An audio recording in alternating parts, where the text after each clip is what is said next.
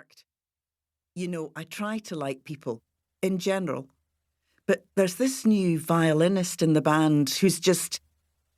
He hesitated, searching for the right metaphor.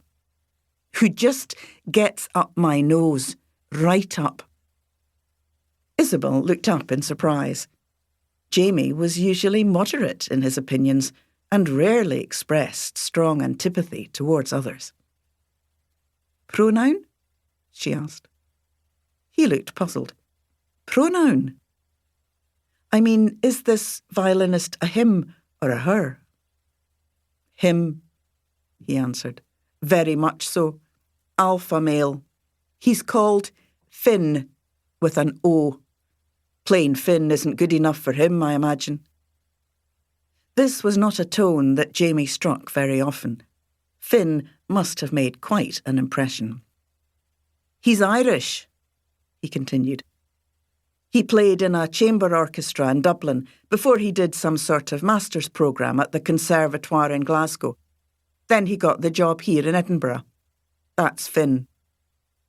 Isabel listened to this. I like the name Finn, she said mildly. I haven't known a Finn before, at least not one with an O. Jamie looked dubious. I'm not sure that I like the name, at least not now that I've met this particular Finn. He told me that he was named after a famous figure in Irish mythology, Finn McCall.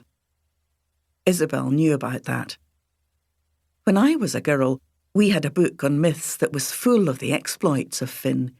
He crops up everywhere, in Scottish mythology too. Jamie smiled.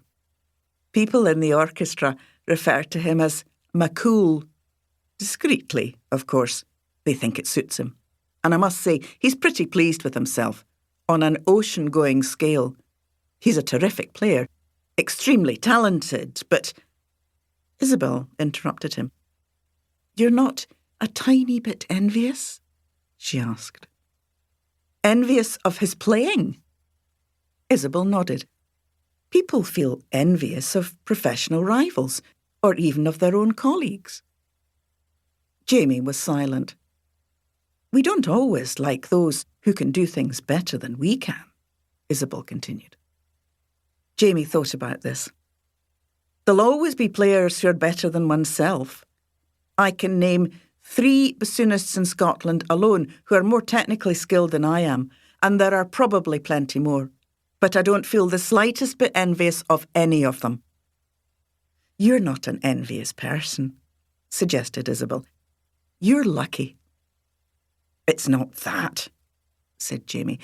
It's just that they're modest about their playing. They don't boast.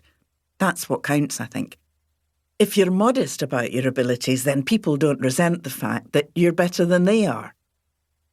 And it was at that point that their conversation about pride and its implications began.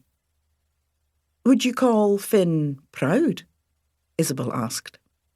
Jamie answered quickly. Yes, definitely. He's proud of his musicianship, then? Jamie nodded. Isabel smiled. Would you expect him to say that he wasn't proud of it? Jamie looked puzzled. Of course not. So, there's nothing wrong with being proud? Jamie frowned. There are different sorts of pride. Is that what you're getting at? Yes, replied Isabel. There's defensible pride, which is... She thought for a moment before replying. Satisfaction in a job well done, for instance, a sense of achievement. Nobody objects to that. You're allowed to feel it. In fact, others may encourage you to do just that. And then there's hubristic pride, where you make too much of your achievements. This is where show-offs and the smug fall down. Perhaps people like Finn. Not that I can pass judgment on him, never having met him. Jamie said that this was the sort of pride that he found so objectionable. Proud people are arrogant. They have a false idea of their own worth. They look down on others. It's not hard to spot them. Pride, Isabel said.